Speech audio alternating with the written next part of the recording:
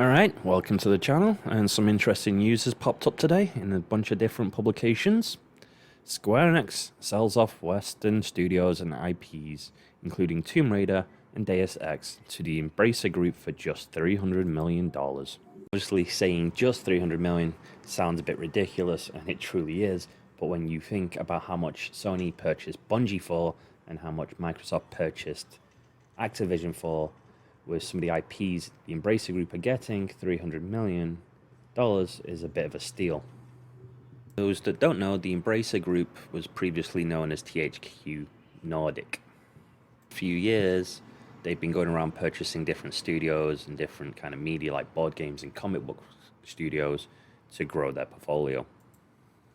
For this latest acquisition of the Square Enix Western IPs, the Embracer Group have 10 operative groups consisting of 111 internal studios and publishers around the world.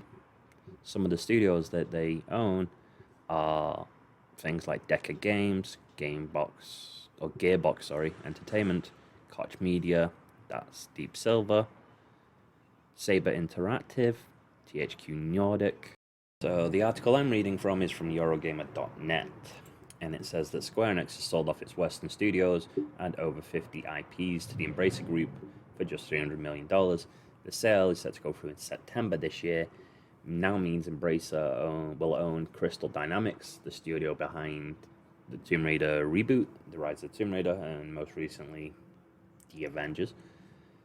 Eidos Montreal, Square Enix Montreal. One of those studios made the recent Guardians of the Galaxy game. The other studio does mobile games. The Embracer Group will also purchase the IPs for Tomb Raider, Deus Ex, Thief, Legacy of Kain. This deal does not include games that Square Enix have published from external studios, such as Life is Strange, Just Cause, or the Outriders game. The $300 million figure for the deal has raised eyebrows in context of huge sums of video game companies have been sold for recently. Sony bought Bungie for $3.6 billion, and even last year, the Embracer bought Borderlands maker Gearbox for up to $1.3 billion.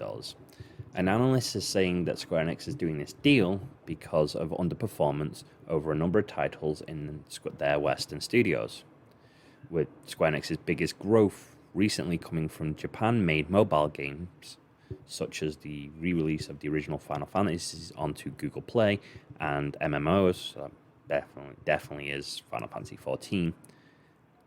In February, Square Enix had said Eidos Montreal's generally well-received Guardians of the Galaxy had underperformed expectations, while Crystal Dynamics' Marvel's Avengers games continues to receive updates. It's rather widely considered to be a commercial disaster, with it just being a boring piece of shit.